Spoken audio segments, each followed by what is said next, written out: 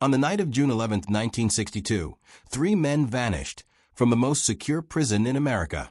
And in more than 60 years since, no one has ever proven whether they lived or died. No bodies, no arrests, no confirmed sighting that has ever held up under scrutiny. Just a raft made of raincoats, a set of eerily lifelike dummy heads, and a hole in the wall that changed how the world thought about escape forever. You may have seen headlines this year claiming scientists finally cracked the case in 2025. Remains found, DNA confirmed, the file closed for good. We're going to be straight with you. That story isn't true. It's a piece of viral fiction that spread across social media, dressed up to look like real news. What actually happened in the science, the investigation, and the decades of strange evidence is stranger and more unresolved than any fake headline could invent. So let's go back to the beginning and separate what we actually know from what people wish were true. Alcatraz Island sits about 1.25 miles off the coast of San Francisco, a jagged outcrop that started life as a military fort before the federal government converted it into a maximum security penitentiary in 1934. It wasn't built to rehabilitate anyone. It was built to hold the men that every other prison in the country had already given up on. The cell house itself, finished a couple of decades earlier, was a fortress within a fortress. For cell blocks, tool-proof steel bars, armed guards stationed in elevated gun galleries, and a head count taken as many as 13 times a day. Privileges as small as talking during meals had to be earned. It was designed deliberately to break the will of men who had already broken every other rule they'd been given. The prison never held more than a few hundred inmates at a time, but the names on its roster read like a hall of fame of American crime. Al Capone, George Machine Gun Kelly, and later, the men at the center of this story. For the worst of the worst, there was D Block, home to a set of isolation cells inmates, simply called the Hole. There was no segregation by behavior alone. Conditions were harsh across the board, and the entire philosophy of the place rested on one idea: control, not correction. And for 29 years, that idea seemed to work. The prison shut down in March of 1963, officially because the cost of running an island fortress had become too high and the buildings themselves were crumbling from decades of saltwater corrosion. But its reputation had already been cemented by then, for one specific reason. In 14 known escape attempts across its history, every single one had ended the same way: recapture or death in the water. Alcatraz wasn't just hard to escape. It was, as far as anyone could prove, impossible. That reputation is exactly what makes June 11, 1962, such a turning point in American criminal history. Sometime between 10:30 and 11 o'clock that night, 3 inmates were not in their beds. Frank Morris, John Anglin, and Clarence Anglin had vanished from cells that, to the guards making their rounds, looked perfectly normal. Shapes under the blankets, quiet and still. It wasn't until the next morning's roll call that anyone realized the shapes weren't men at all. They were sculpted dummy heads, built from soap, toilet paper, and real human hair swept off the floor of the prison barbershop, painted with stolen art supplies to match skin tone in the dim light. It's one of the most famous details in American prison history for a reason. It worked. It fooled trained guards doing routine checks for hours on the one night it mattered most. Frank Morris was the reason the plan existed at all.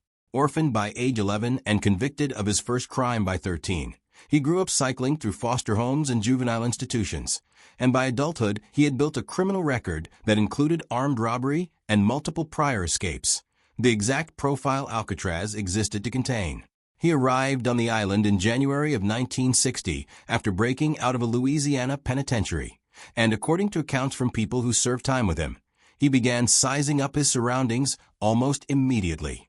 What set Morris apart wasn't recklessness. It was patience, and a mind built for problems most people wouldn't even recognize as solvable. He wasn't working alone. John and Clarence Anglin were brothers from a large farming family in rural Florida, hardened by poverty and bound to each other the way siblings often are when survival is a shared project from childhood. Their criminal careers, mostly bank robbery, had already earned them a reputation for repeated escape attempts at other federal prisons, which is precisely how they ended up on Alcatraz, the place the system sent people it considered escape-proof. There, they were placed in cells next to Morris, whom they'd crossed paths with before, and next to a fourth man, Alan West, who would end up playing a very different role in how this story ends. What the four of them built over the following months was less a jailbreak than an engineering project. Behind the sinks in their cells, the concrete had been quietly weakening for years thanks to saltwater damage, a structural flaw nobody had bothered to fix because nobody imagined anyone could exploit it fast enough to matter. The men chipped away at it night after night using stolen spoons and scavenged saw blades, along with a homemade drill improvised from a vacuum cleaner motor. To hide the growing holes, they built fake vent covers out of cardboard and papier-mâché, painted to blend into the walls using materials taken from the prison library and maintenance shop. And to mask the noise, they timed their digging to daily music hour, when Morris would play his accordion. Its wheezing, uneven sound covering the scrape and grind of men carving their way toward the building's unguarded utility corridor. Once through, they found their way up into an abandoned section above the cell block and turned it into a hidden workshop, out of sight of both guards and other inmates. That's where the most audacious part of the plan came together. A raft, roughly 6 feet by 14, stitched for more than 50 stolen raincoats, with seams sealed using steam from the prison's own plumbing. They built makeshift life vests the same way, and converted a small accordion-like instrument called a concertina into a hand-operated air pump. Paddles were carved from scrap plywood. Every material came from inside the prison itself, nothing smuggled in, nothing that should have raised alarm, because on its own, none of it looked like anything. Alan West was supposed to be the fourth man on that raft, and the reason he wasn't is one of the more human details in the whole story. On the night of the escape, his section of wall simply hadn't been cut through enough. By his own account, he'd misjudged how much concrete remained, and as he scrambled to widen the gap in the dark, the clock ran out. Morris and the Anglins couldn't wait. They left without him. The next morning, once the escape was discovered, West cooperated fully with investigators, giving them a detailed walkthrough of the entire plan, the corridor, the route across the roof, the intended destination of Angel Island, less than 2 miles across open water. His account became the backbone of the official investigation, and to this day, he remains the only person who can describe firsthand exactly how far the plan went before it left the building. What happened after the 3 men slipped into the water that night is where certainty ends and 6 decades of argument begin. The disappearance wasn't loud. There was no siren, no struggle, nothing until the following morning. Over the days after, the Coast Guard did recover physical evidence. A paddle on June 14th, a sealed packet of the Anglin brothers' personal effects the same day, and about a week later, fragments of the raft and a homemade life vest washed up near the Golden Gate Bridge. To prison officials at the time, that wreckage told a simple story. The Bay had done what 14 previous escape attempts had already proven it could do. Warden Richard Willard put it bluntly in a later interview, essentially asking whether anyone seriously believed a homemade raft could survive those currents. The FBI investigated for years, ultimately handing the case to the U.S. Marshal Service, and in 1979 the men were formally declared legally dead. The case closed on paper, if not in public imagination. But closed on paper is not the same as answered, and the gaps in that official story are exactly what kept this case alive for the next several decades. No bodies were ever recovered, not then, not since. For 3 men who supposedly drowned within a couple of miles of a major American city, that absence is unusual enough that even some investigators at the time found it hard to sit comfortably with the drowning theory. Then came a slow trickle of secondhand claims that never fully died. Family members who said they'd received and signed Christmas cards over the years. A disputed 1975 photograph that some believed showed John and Clarence Anglin in Brazil, though it was never authenticated to any serious evidentiary standard. And in 2013, more than 50 years after the escape, a letter arrived at the San Francisco Police Department, allegedly written by John Anglin himself, claiming all 3 men had survived that night, that Morris and Clarence had since died, and that John, now elderly and in poor health, wanted to discuss surrendering in exchange for medical care. The FBI didn't dismiss it outright. They ran forensic analysis on the letter, comparing handwriting to known samples and testing for usable fingerprints or DNA. The results were inconclusive in every direction. Nothing confirmed the letter was genuine, but nothing definitively proved it was a fraud either. It's exactly the kind of ambiguous result that keeps a 60-year-old case simmering instead of settling. Where actual science has moved the needle isn't in identifying bodies or authenticating letters. It's in re-examining whether the physical escape was even survivable in the first place. In 2014, a team of Dutch researchers built a detailed hydrodynamic model of San Francisco Bay, reconstructing the tides and currents as they would have existed on the specific night of June 11, 1962. Their conclusion wasn't a confirmation that the men survived. It was narrower and more interesting than that.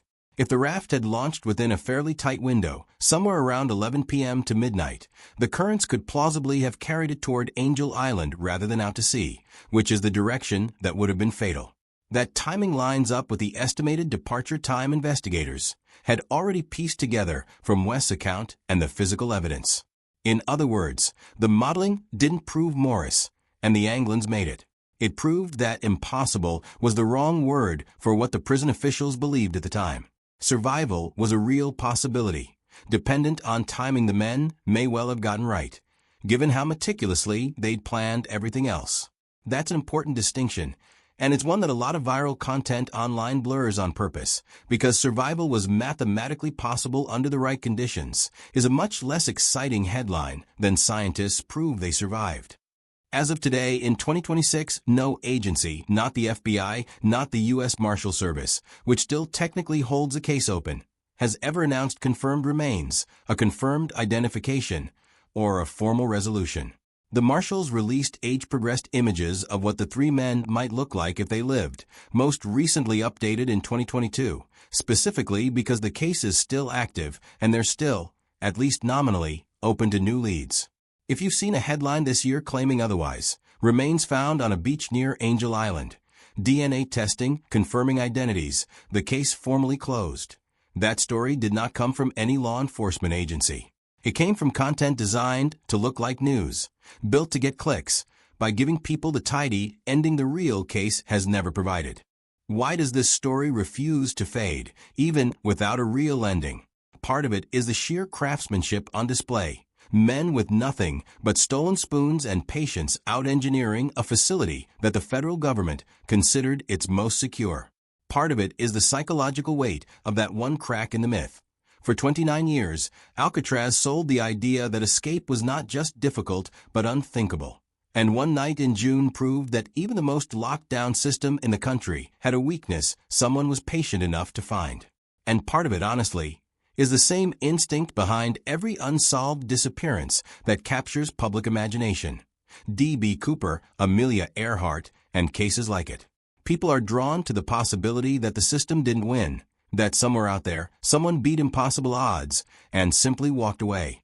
So, where does that leave us in 2026? Exactly where the evidence actually leaves us. With a meticulously planned escape, a raft that reached shore without its passengers, a tidal model that says survival was plausible rather than proven, a letter that forensic science can neither confirm nor rule out, and a federal case that remains officially open. That's not a disappointing answer. If anything, it's more honest than a manufactured ending. And it's exactly why this case has outlived every person who worked it in 1962. Maybe the bait took them, the way the warden always believed it did. Or maybe three men from failed backgrounds and unlikely brilliance actually pulled off the one thing an entire federal prison system was built to prevent. Until a body, a confirmed DNA match, or a verified sighting turns up, both possibilities stay exactly as real as each other. What do you think actually happened that night? Drop your theory in the comments. And if you want more deep dives into real unsolved cases, without the clickbait, make sure you're subscribed, because this isn't the last mystery we're going to take apart.